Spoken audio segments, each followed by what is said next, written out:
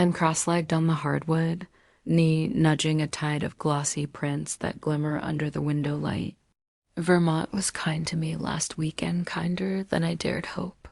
The bright, soft ivory silk against the blazing reds and burnished golds of early fall turned every frame into a postcard. My favorite capture?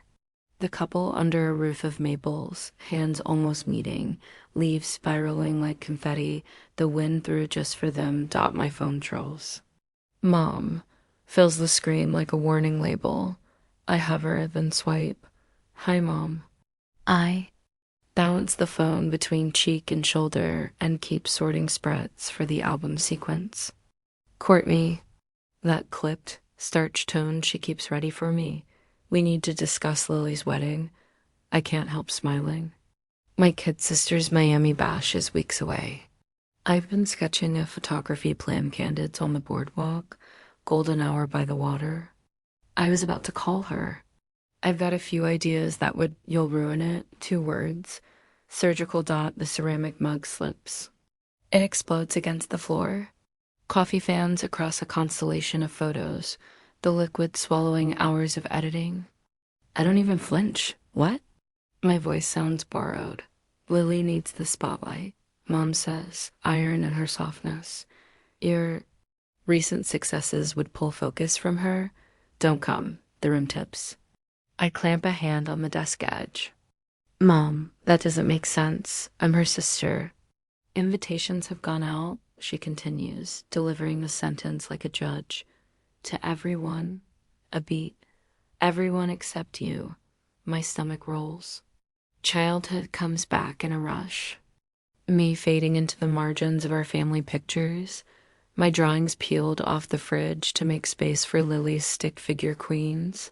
Thanksgiving spent at the kids' table while Lily wiggled onto Dad's lap with the crystal glasses. I've photographed 180 weddings. I manage. I could help. I hate the pleading that sneaks into my voice. If this doesn't add up, consider it a gift to your sister, Mom says, pity sharpened into a blade. You always need to be seen. Let her have this. My throat burns. Let me talk to Lily. She agrees, Mom replies lightly. In fact, it was partly her idea. The lie, or worse, the truth hangs between us. I end the call and punch Dad's number. Court, everything okay? Mom just uninvited me, I say. From Lily's wedding, silence. Then the sigh I know too well, the one he used when he asked me to tuck away my first photography trophy so Lily wouldn't feel less than. It's for the best, Court. You don't mean that. Be selfless for once, he says, gentle as a paper cut. I see Ethan in my mind at midnight the year my first magazine cover arrived, popping champagne like we'd won the lottery. The way my parents reacted to the same news with a stiff, uncomfortable quiet. I glance at the coffee-soaked prints on the floor strangers, holding more love for each other than my family has ever afforded me. I'm not begging for an invitation to my own sister's wedding. I say the words steadier than my heartbeat. Don't be dramatic, Mom cuts in on speaker, of course. Try thinking of someone besides yourself. I have, I say calmly, surprised by it. My whole life, I've hidden what I'm proud of. I've taken up less space so she could take up more. All your cousins will be there, Dad adds. Don't make this difficult. Translation, we've already told the story about you, the selfish, attention-hungry older sister, and we'll keep telling it until everyone believes it. Maybe I have believed it. I understand. I say at last. I don't, not fully. What I do understand is that this only ends if I end it. The front door opens. Ethan steps in, camera bag on his shoulder, and freezes at the sight of ceramic shards and ruined portraits. Courtney, I spill everything, the call, the rationale, the ache that started when I was little and never stopped. He kneels among the wreckage and dabs coffee off the edges that can still be saved.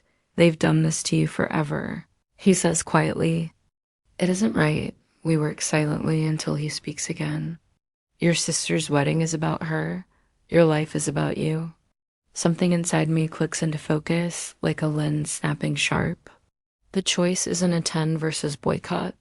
It's shrink again or finally stand up straight. I've spent years making myself smaller, I whisper. Maybe it's time to stand tall. 3 slow, sticky weeks pass. I bury myself in edits until the pixels blur. My phone stays stubbornly blank. No motherly lectures, no sisterly texts. The bruise of being uninvited turns a deeper color under the skin of daily life. Then Amanda calls. Court, you won't believe what Lily just posted. Amanda's been Switzerland since high school, friendly to both of us, loyal to neither parent's narrative. I'm not sure I want to know, I say, but I'm already bracing. Miami Beach, budget's now 800 grand. Tulips flown in from Holland, 8-course tasting by a celebrity chef. 800,000. The number lands like a cold coin. That's almost double. Bradley's parents are footing most of it, she says, voice dropping, and Jenny's in the bridal party. She heard Bradley told Lily he didn't want you there. Said you hijack everything. He's never met me. Lily told stories, Amanda says gently. That your scholarship ceremony overshadowed her debate win. I laugh, once no humor. The ceremony was 10 minutes long, and Mom rushed us out before I could even think about ice cream. I hang up and open Instagram. Mom's latest post grabs me by the collar. Lily and Bradley framed by an avalanche of white roses, champagne mid-clink. Sometimes the kindest thing is to step back and let others shine, the caption reads. I close the app before the comments. Can swallow me and drag out dusty albums from the spare room. Patterns jump out I should have noticed years ago. In almost every portrait, I'm half a step behind Lily. The way Grandma's gleam dimmed after Mom bent to whisper in her ear. Dad asking me to lower my voice about a statewide win because Lily had a hard week. It isn't random. It's choreography. Ethan finds me on the floor, photos spread like cards in a rigged deck. He opens his laptop and pulls up a folder labeled Courtney Client Reviews. Listen, he says. He reads, Courtney didn't. Just photograph our wedding. She caught the second I knew I'd spend forever with him. Another, we relive our day through Courtney's eyes every time we open our album. Another and another dozens that praise not my gear, but my way of seeing. These people see you, he says. Your family doesn't. On a whim, I scroll to a photo of 16-year-old me clutching my first D-cell R, smiling with restraint because Lily got a B in algebra that day. I thought if I stacked enough wins, they'd meet me halfway, I say. But the unspoken deal was I'd always be smaller so she could be bigger. That's their story, Ethan says. And it's a bad one. Near midnight, my phone lights up with Lily's name. I consider ignoring it. Hope, stubborn as a weed, wins. Hey, she says, breathy and a little slurred. You up? I'm at Hannah's bachelorette. Everyone's asleep. I am now, I say. I miss you, Court. The ache returns like muscle memory. Then why am I not invited to your wedding? A long exhale. Mom's worried you'll, charm everyone. A pause. Bradley's parents have expectations. It has to be perfect. And my existence ruins perfection. You don't get it, she whispers. Being the favorite is heavy expectations, pressure. I almost laugh. Try being the one who's told to dim down every time she glows. That's not fair. It's true, I say gently. And deep down, she knows it. Silence stretches until it snaps. I should go. The line dies dot. Ethan finds me later, blinking at the dark like it owes me answers. What if we get out of town for a couple of days? He asks, drawing me against him. Give your head some sky. The night after, we meet. Sophia and Michael, photographer friends who've seen me at my best and worst. I don't share the whole saga, but judging by Sophia's face, word travels. Your family can't handle your light, she says, stabbing the pasta like it deserved it. So they dim it. This isn't about winning, Michael adds. It's about rewriting the caption under your life. How? I ask. Live well, make something true, Sophia says. That's how. We walk home under a thin veil of stars. The air smells like rain and new beginnings. They're right, I say finally. If I keep chasing their nod, I'll keep folding myself smaller. Then stop, Ethan says simply, taking my hand. Stand tall. I tip my head back and look up that narrow ribbon of sky between buildings. Quiet, certain, mine. For 27 years, I've been following family stage directions from across the country. I'm done taking cues from a script I didn't write. I'm done shrinking, I say, and the words fit like a well-tailored dress. A week later, we're in a cedar-scented rental near Lake Chelan because Ethan insisted I needed water, distance, and a horizon to think straight. While I shoot the sunset, he waves me inside and turns his laptop toward me. On the screen is a stone villa clinging to a cliff terraces, vines, the sea stretching forever. Giovanni, he says, the director from that Milan documentary. He rents his family villa for tiny weddings. It's beautiful, I whisper, stomach flipping. We've been together 4 years, always saying someday. Someday kept moving. We've been postponing our own happiness, waiting for your parents to approve of me, of your work, of anything, Ethan says, not accusing, just true. What if we stop? He scrolls to a calendar. September 15th is open. My mind instantly maps light angles across old stone. Golden hour, there would be magic. That's a month before Lily's wedding, I say cautiously. I think we should get married when it feels right, he says. Not as a statement, as a promise. To each other. The word yes rises like a tide. September 15th, I say framing. Jasmine, blue on blue. Ethan waiting at the edge of the world. Yes, power hums under my skin, a different electricity than anger, calm. Claiming dot at dawn, I call my mother. She answers brisk and curious. Courtney? What now? Good news, I say evenly. Ethan and I are getting married. Amalfi Coast, small, 25 people. Silence. Then, you can't plan a wedding while Lily is planning hers. Do you know how stressed she is? This will upset her. In the past, I would have backpedaled, made myself one size smaller. Today, I don't. I'm not asking permission, Mom. I'm sharing joy. This is exactly what I mean by you needing attention, she snaps. First the drama about not coming, now this. 1 month before her big day. Because this has never been about me, I say. Thanks for listening. I hear her call for Dad. Richard, she's trying to upstage Lily. And end the call before the chorus begins. Outside. An osprey dives and rises with a silverfish, doing the simple, holy thing it was made to do. I wait for the guilt. It doesn't arrive. Ethan hands me coffee. How'd it go? As expected. I smile, surprised at how easy it is. I didn't apologize. Proud of you, he says. And I believe him. Text bubbles bloom all day, photographer friends offering to shoot. Former clients sending lists of Italian vendors. Giovanni replying with a note about the light that week being miraculosa. Support rolls in like a warm tide.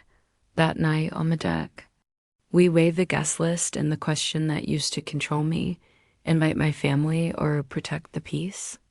Ethan nestles me under his arm. You tell me, he says. What do you value most when you shoot weddings? Authenticity, I answer without thinking. There you go. For the first time in my life, my choices aren't run through the filter of, will Mom be angry? They pass through, is this true to us? The air smells like pine and freedom. Our apartment turns into mission control. Timelines tape across the dining table, mood boards bloom on the walls, and stacks of sample albums form a crescent on the rug. I've shot 180 weddings, but I've never audited why the unforgettable ones work. Now I'm dissecting my own craft like a documentary. What details light the spark? What moments actually matter? This doesn't feel like payback anymore, Ethan says, flipping through a Napa album and pausing on a shot of a grandmother waltzing with a flower girl. Because it isn't. I answer. It's about building something real. The thrill I felt telling my mother our news has faded into something sturdier purpose. I sketch a plan for our coverage, too. We're both behind cameras for a living. I don't want our day to disappear because we forgot to step out from behind the lens. We treat it like a dog. Ethan suggests, filmmaker brain engaged. Tell our story, not theirs. Yes, I pulled 2 names from my mental shortlist. We need Maria and Alex. They shoot emotion without forcing it. We spend the afternoon lining up logistics, Giovanni's note on legal paperwork due 6 weeks in advance. A short list of guests who've shown up for us again and again. Each yes feels like a brick in a foundation that belongs to us, not to the family narrative I was drafted into at birth. That night, my cousin Amanda calls, voice already full of apology. Lily's spiraling. Your mom is making the rounds, telling everyone you're sabotaging the season. I can see it spreading through the family grapevine like ivy, ants. Uncles, neighbors, each receiving a perfectly crafted monologue with my name set in italics. Are you doing this to get back at them? Amanda asked gently, a week ago. Maybe, I admit. I glance at our wall of plans, every choice filtered through whether it reflects us. But now, we're just creating something honest. When I hang up, Ethan is in the doorway. They're moving the chess pieces, he says. Does it change our next move? No, I say, surprising myself with how certain it sounds. We keep building. Morning light floods the windows as Giovanni's new photos arrive stone-warmed by sun. Terraces draped in bloom, the sea singing its endless song. He found a jasmine garland artist, I call to Ethan. It'll scent the terrace at sunset. Ethan grins, adjusting his gear list. Marco and Sarah confirmed for the dock crew. I'll be a groom first, camera up second. We finalize invitations, cream stock pressed with olive leaves, our names in simple ink. 25 seats. 25 people who never asked me to be smaller, elegant without showing off. Ethan says, tracing the raised letters. Like you. My phone buzzes. Lily, the Italian consulate says you filed. Why are you stealing my spotlight? I show Ethan.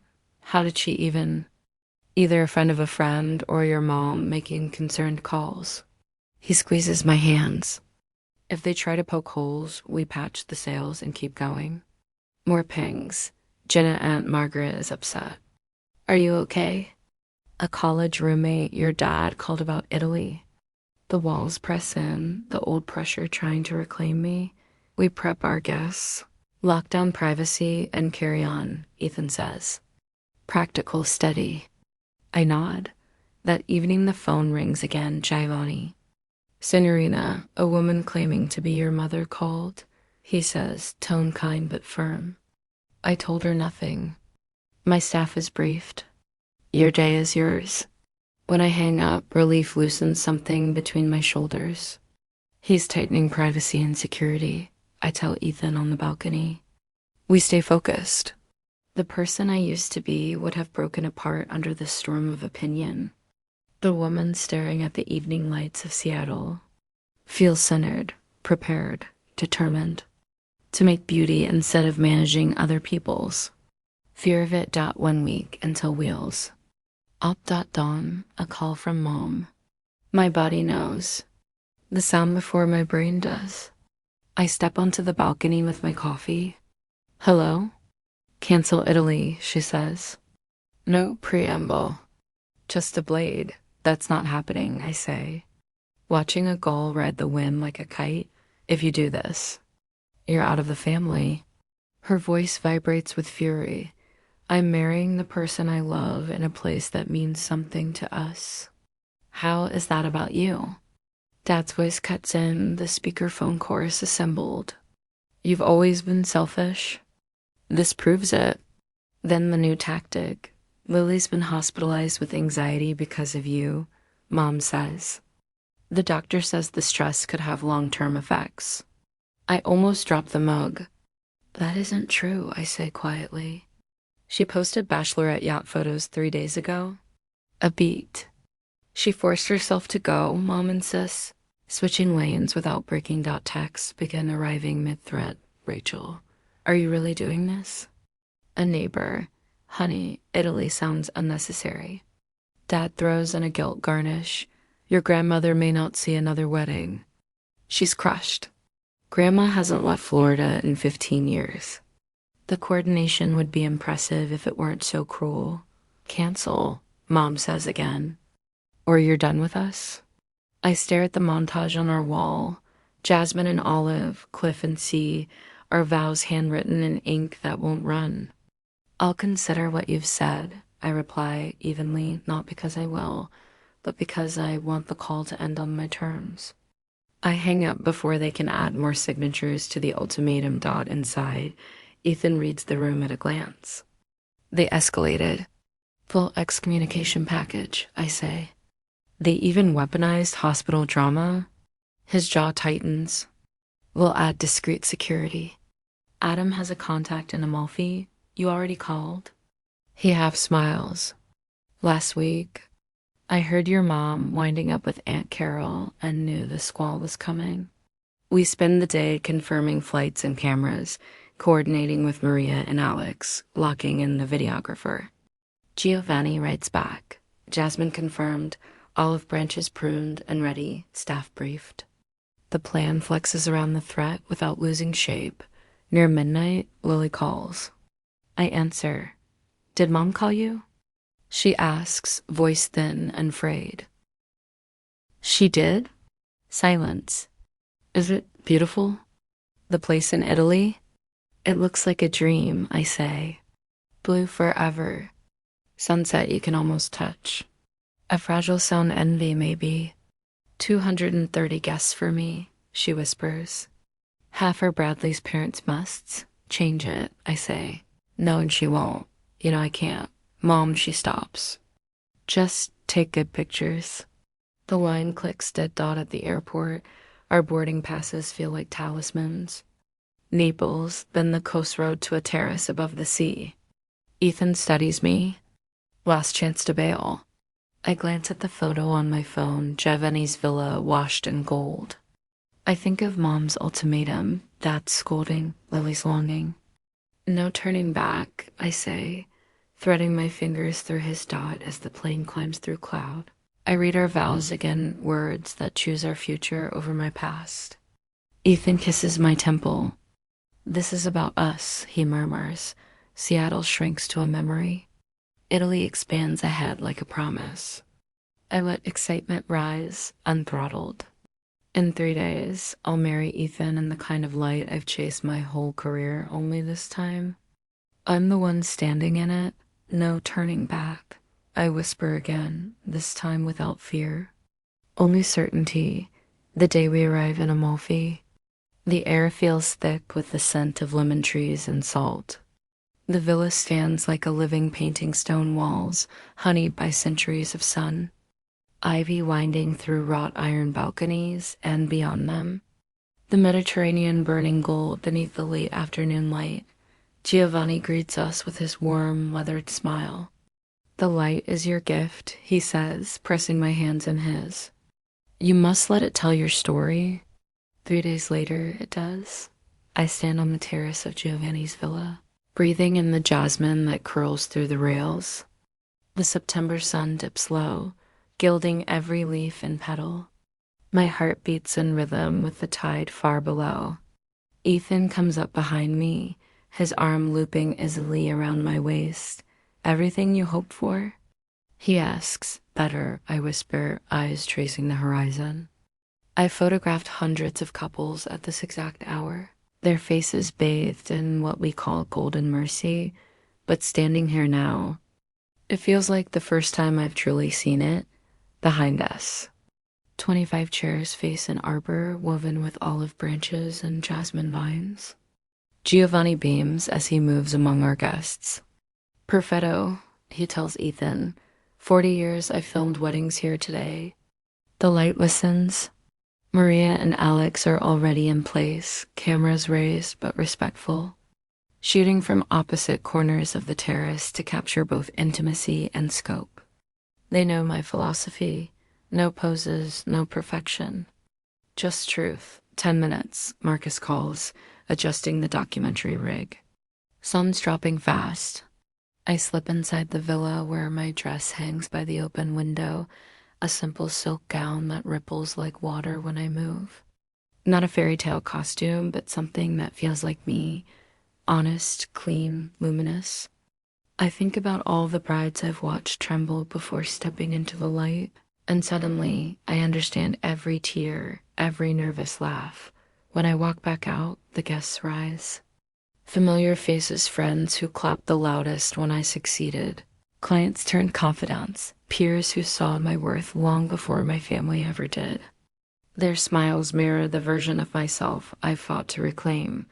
The guitarist strums the first notes of Northern Sky by Nick Drake, not the traditional march, something quieter, truer. The song Ethan and I found on a foggy road trip, the one that played softly while we planned our future on napkins and caffeine. I walk alone. No one gives me away because I was never anyone's to give. Ethan's expression as I reach him isn't the polite awe of a groom, admiring a dress, its reverence, recognition, love without apology. The officiant's voice rises gently over the sea breeze. Marriage isn't the merging of two stories, he says, but the act of writing a new one, line by line, together. Ethan's vows come first. His voice doesn't shake. I promise to see you, not just look at you, but see you. To celebrate your victories as my own. To build a home where your light is never dimmed. My hands tremble slightly as I unfold my page. I promise to stand tall beside you. To create without fear. To never shrink for anyone again. The sun kisses the horizon. Just as we exchange rings, simple bands that catch the light and scatter it back across the terrace. Click, click. Maria and Alex move like dancers, capturing the shimmer, the laughter, the softness of a moment that finally belongs to me. When the officiant declares us husband and wife, the applause that erupts isn't polite, it's joyous, unfiltered, real. My chosen family clapping for who I am instead of who I was told to be. Dinner happens under a canopy of twinkling lights. The jasmine scent grows sweeter as the night deepens. Giovanni raises his glass, eyes glistening. I have seen many weddings, he says, his accent rolling over each word. In films and life, always there is conflict. But true love, he pauses, looking right at me. True love is the courage to claim your own story. The words land somewhere deep. For years, I've been the supporting character in someone else's script. Tonight, I'm finally the author dot as twilight melts into night. The guitarist's melody blends with the laughter of our guests. There are no forced rituals, no cake cutting for show, no obligatory dance with a father who made me invisible. Just joy, just truth. James, one of the documentary photographers, approaches, camera dangling from his wrist. Got something you'll want to see. He scrolls through the digital display and stops on a single frame. Ethan and me in profile. Hands joined, the Mediterranean behind us blazing gold and blue. The jasmine forms a halo around us. It's perfect not because of the composition, but because it's alive. Do you mind if I share this one? He asks. I nod, words failing. It's beautiful. Vanessa, his partner, leans over his shoulder. That's not just a photo, she says. That's art. I want to deflect, to make myself smaller again, but the habit falters. Maybe it is art dot later, as Ethan and I stand at the terrace edge, watching the dark sweep across the sea. My phone buzzes. James's photo has gone viral. 800 comments in an hour, Ethan murmurs, scrolling. Listen, most beautiful ceremony I've ever seen from Helena Baxter. I blink. The Helena Baxter? The one who wrote Eternal Light? He grins. The very same. Also, the Italian tourism board reposted it with the caption, Wedding of the Year.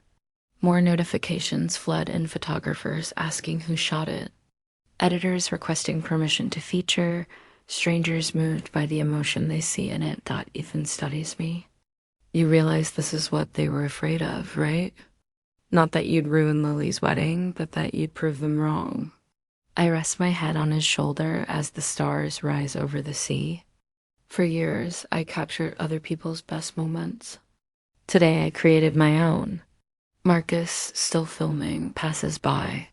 You two just rewrote what authenticity looks like, he says. Giovanni joins us, his face peaceful in the dim glow. You have honored this place, he tells me. Many come to take beauty from Italy. You have added yours. Before midnight, James rushes back, excitement radiating. Courtney, the photo hit 1 million views. InStyle commented they want your contact. I scroll through hundreds of messages, some from clients, some from family members who once believed the worst version of me. Cousins, aunts, even an uncle who never returned my calls, now sending words like proud, beautiful, forgive me. But I no longer need their approval. The real triumph isn't the viral fame. It's the freedom in knowing I no longer chase validation. This day, this image, isn't about revenge. It's about reclamation. As the night winds down, Ethan takes my hand and leads me away from the laughter, down to the villa's lower garden where the world grows quiet. Olive branches shift gently in the wind. How does it feel? He whispers. I take my time answering. It feels like stepping into the best photograph I've ever taken, I say, watching the stars scatter across the sky and realizing I finally belong inside it. 6 months later, morning light pours through our bedroom in soft gold.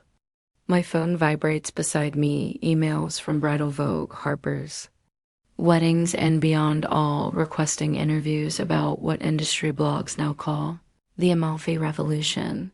The photo that started it all still hangs framed above my desk, Ethan and me hand in hand, the horizon on fire behind us. That moment changed everything. Ethan rolls over, hair messy, smile lazy. Still can't believe it, he says. You viral. You Netflix contract. He nods toward my open laptop where a proposal glows. Documentary series, Redefining Wedding Photography with Courtney Palmer. I laugh softly. Apparently, authenticity is trending. Apparently, you're leading it. My phone buzzes. Again, a message from Lily. Your wedding looked more like you than mine looked like me. She's written some version of that. Several times since Miami. I never know how to respond. Maybe I don't have to. Maybe that's her story to rewrite now. I scroll to my email draft for the Love Without Permission. Foundation, the nonprofit, Ethan. Giovanni and I are launching for artists whose families never believed in them. Giovanni is handling the Italian side, mentoring young photographers. Ethan manages the documentary outreach. I handle grants for creators still fighting to be seen. I finally have a family I chose, I say aloud. And the words feel solid as stone. Later, in my studio, I review portfolios for upcoming clients, each one seeking not a performance, but truth. My waitlist is 6 months long, filled with couples who want what Ethan and I built, something real. No more compromising my style to please anyone. The wall behind me holds the photos I once hid, the ones that used to ache. 12-year-old me holding my first trophy. College graduation where I clutched my camera while everyone else clapped for Lily. Now I look at them and see evolution. Not pained out when my assistant ushers in Jessica, a young photographer from Portland clutching a trembling portfolio. I see a reflection of who I used to be. My parents think photography's a hobby, she says quietly. They want me to finish my accounting degree. Her images are raw and powerful Pacific Northwest skies, heavy with emotion, couples laughing in the rain. She's good. She just doesn't know it yet. Your vision matters, I tell her. Don't shrink it for anyone. Her eyes glisten. I invite her to join our mentorship program through the foundation. Your light doesn't dim someone else's, it just helps them see. As she leaves, Ethan enters, camera slung over his shoulder. Filming another story? I tease. For the foundation site, he says. Chosen Family Project launches next month. I look around our studio, our life, our mission, and realize how fully the frame has changed. My mother once demanded I stay small for Lily's happiness. Instead, I've built a life that helps others stand taller. That evening, I stand on a stage accepting the International Vision Award for wedding photography. The applause feels like sunlight. In the front row, I spot Maria, Alex, Marcus, and Jessica. Theming, the frames we choose define the story we tell. I begin. For years, I let others crop me out, meet my colors, rewrite my light. But authenticity isn't selfish. It's the most generous gift we can give to ourselves and to anyone searching for permission to shine. The audience rises in ovation. I think of the shattered mug, the ruined prints, the day everything began. When people try to make you smaller, that's when you need to stand tallest. Asterisk.